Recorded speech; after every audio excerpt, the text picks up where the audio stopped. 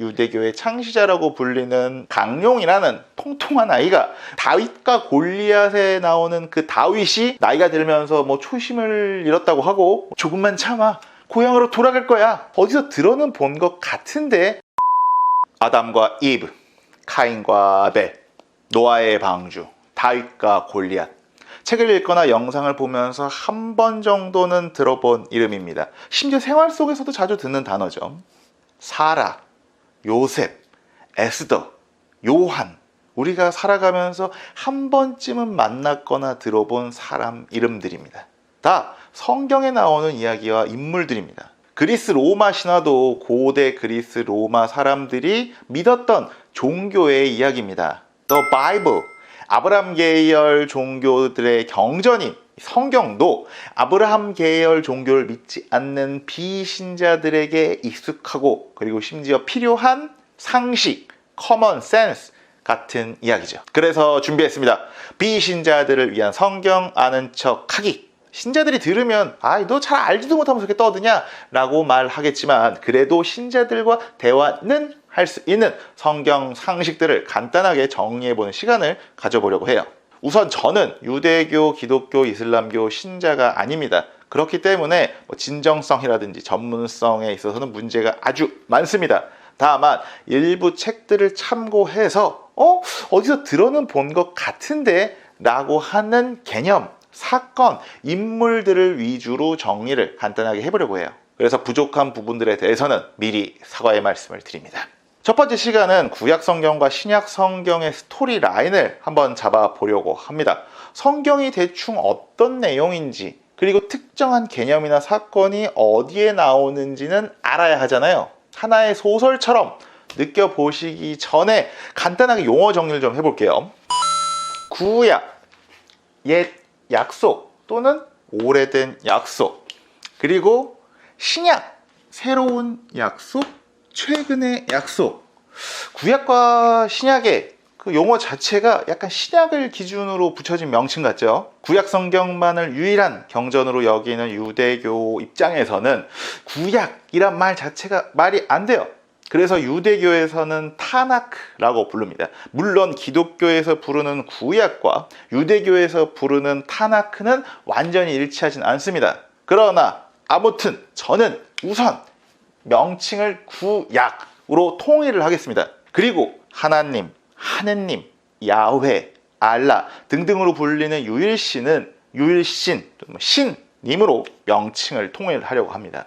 또한 성경에 나오는 인명, 사람들의 이름은 되도록 천주교와 개신교에서 부르는 명칭을 모두 소개할 수 있도록 노력은 한번 해보도록 하겠습니다. 다시 스토리라인으로 한번 돌아오시죠. 제가 좋아하는 웹툰 중에 류기훈, 문정우 작가님이 그리고 계시는 고수라는 작품이 있습니다. 강룡이라는 통통한 아이가 무림을 씹어먹는 그런 무협 만화인데 이 작가님들이 예전에는 용비불패라는 만화를 그리셨어요. 두 만화는 엄연히 따지면 다른 만화입니다. 그런데 두 작품은 세계관이라는 걸 공유합니다. 작가님들이 그리시는 그 무림이라는 세계관.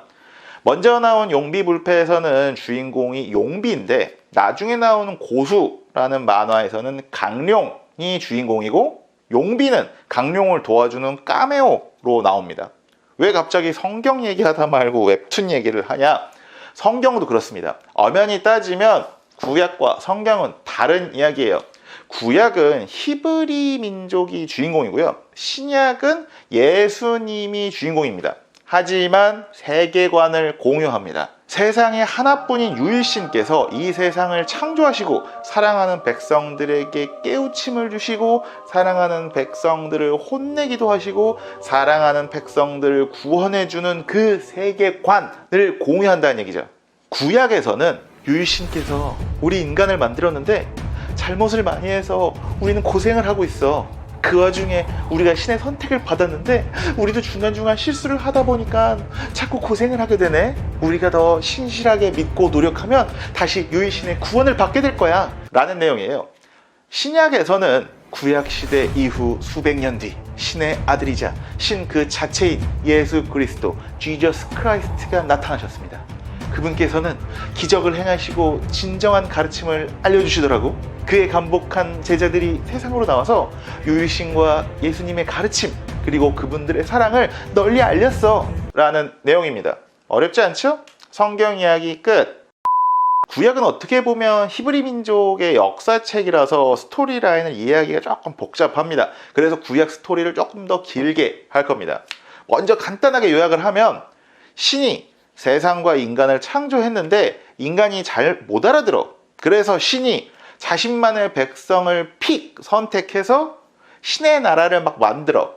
그런데 그 백성들도 자꾸 흔들려서 자꾸 또 혼나. 결국 백성들은 하나의 통일된 왕국을 만들고 위대한 왕들이 다스리게 돼. 그런데 어떤 왕은 결국 또 흔들리게 되고 나라가 분열이 돼. 결국 혼란도 겪고 나라도 빼앗겨 버려.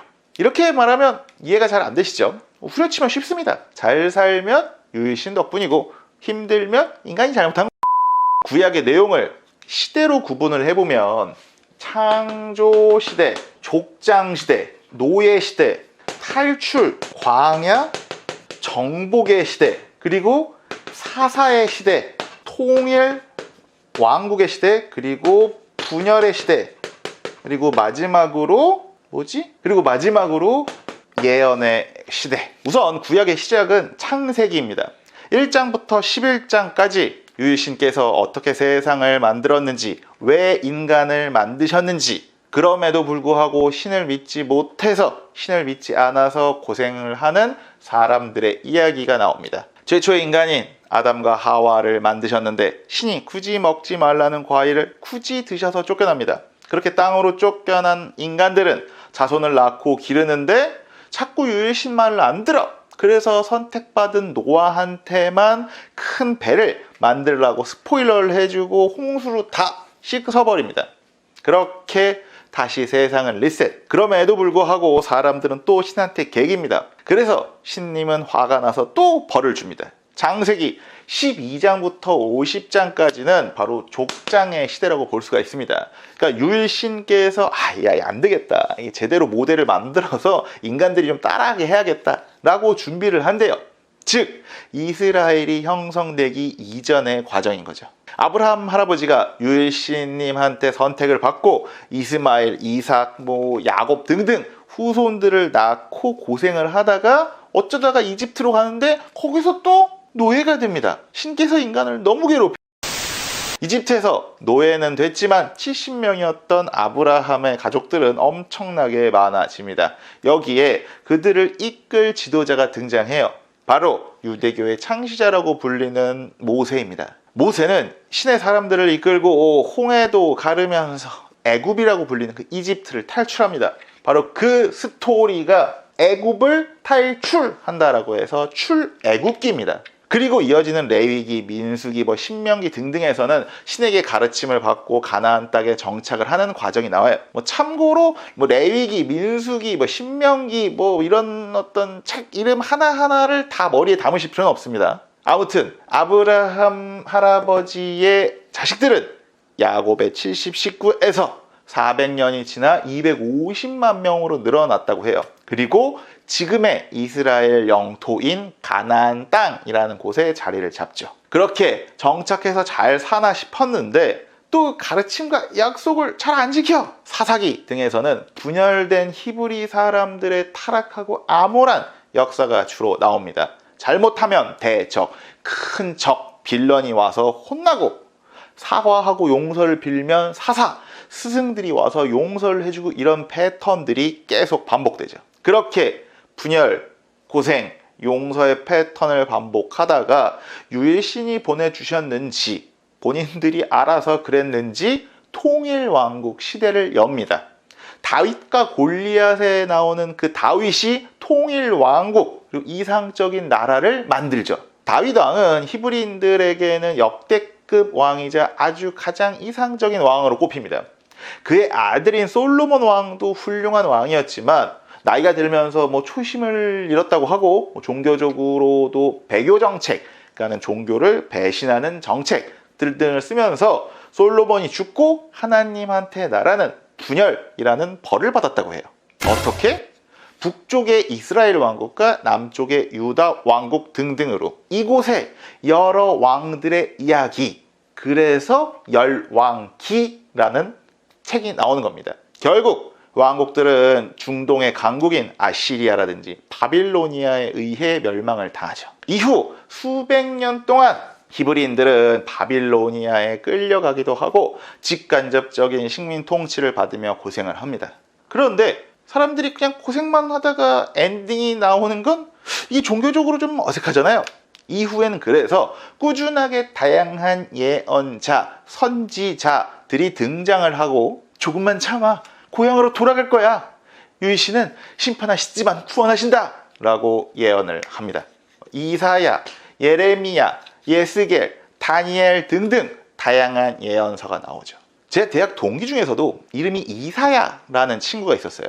한 15년 전쯤이죠. 그러니까 초면에 야, 너 이름 되게 독특하다 라고 말했는데 그 얘기를 평생 들었다고 해요. 그런데 그게 예언자 이름이었어. 그래서 그런지 결혼 잘하고 잘 살더라. 이 뭔 개소리야! 신약의 스토리라인은 상대적으로 쉽습니다. 위인전과 에필로그로 구성이 된 책이라고 보면 돼요. 예수 그리스도가 등장을 하셔서 그의 생애 동안 어떤 행보와 말씀을 하셨는지, 그리고 예수님이 떠나시고 제자들이 어떤 언행을 하고, 그 중에서도 대표적인 사도인 바오로가 전도 여행을 떠나며 보낸 편지들이 또 나오고, 사도 요한 등의 다른 사도들이 열심히 또 전도하고 편지를 쓴 일들이 나옵니다. 신약 성경의 정통 경전, 그러니까 신약 성경의 정경은 27권이라고 일컬어집니다. 그 중에서 역사서는 5권이고요. 나머지 22권, 22권은 제자들의 편지 플러스 알파예요. 역사서라고는 하지만 결국에는 예수님의 생애와 가르침을 담은 4권의 복음서, 마마누요, 마태복음, 마가복음, 누가복음, 요한복음, 그리고 예수님의 제자인 사도들이 예수님의 가르침을 전파하는 과정을 담은 에필로그, 사도행전이 다합니다. 신약에 대한 자세한 이야기는 아예 3편에서 다루도록 하겠습니다. 이미 구약 스토리를 들으면서 지치셨죠? 다음 시간에는 정치, 경제, 사회, 문화 등등에서 비유와 상징으로 쓰이는 구약 성경의 용어, 인물에 대해서 아는 척하는 시간을 가져보도록 하겠습니다. 그때까지 구독과 좋아요, 알림 버튼을 누르고 웹툰과 소설을 보듯이 옛날 이야기 듣듯이 한 번 더 보세요. 그리고 2번 더 보세요.